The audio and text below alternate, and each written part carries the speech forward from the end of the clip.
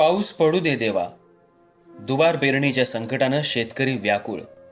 पिंपळवाडी ग्रामस्थांचं बैलांसह 14 किलोमीटरची पायपीट करत देवाकडं पावसासाठी साकडत. पाऊस लांबल्यामुळं सर्वच शेतकरी चिंतातूर आहेत. 11 मेच्या दरम्यान राधानगरी तालुक्यातल्या पिंपळवाडी परिसरातल्या शेतकऱ्यांनी भात पिकाची धुळवाफ पेरणी केली होती.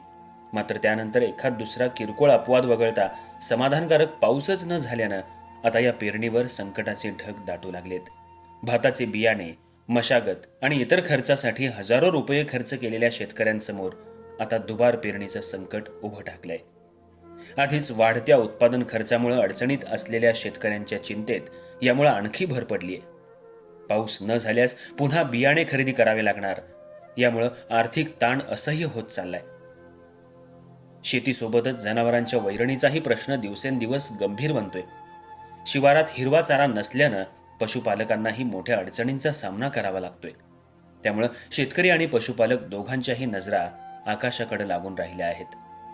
पावसासाठी व्याकुळ झालेल्या पिंपळवाडी गावातल्या शेतकऱ्यांनी आपल्या पारंपरिक श्रद्धेचा आधार घेत ग्रामदैवतांकडे साकडं घातलं.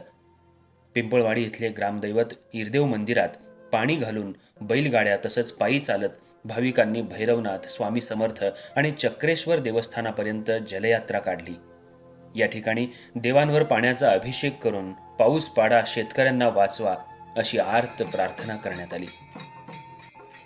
शेतकऱ्यांच्या डोळ्यात पिकांच्या भवितव्याची चिंता आणि मनात पावसाची आस स्पष्टपणे दिसत होती.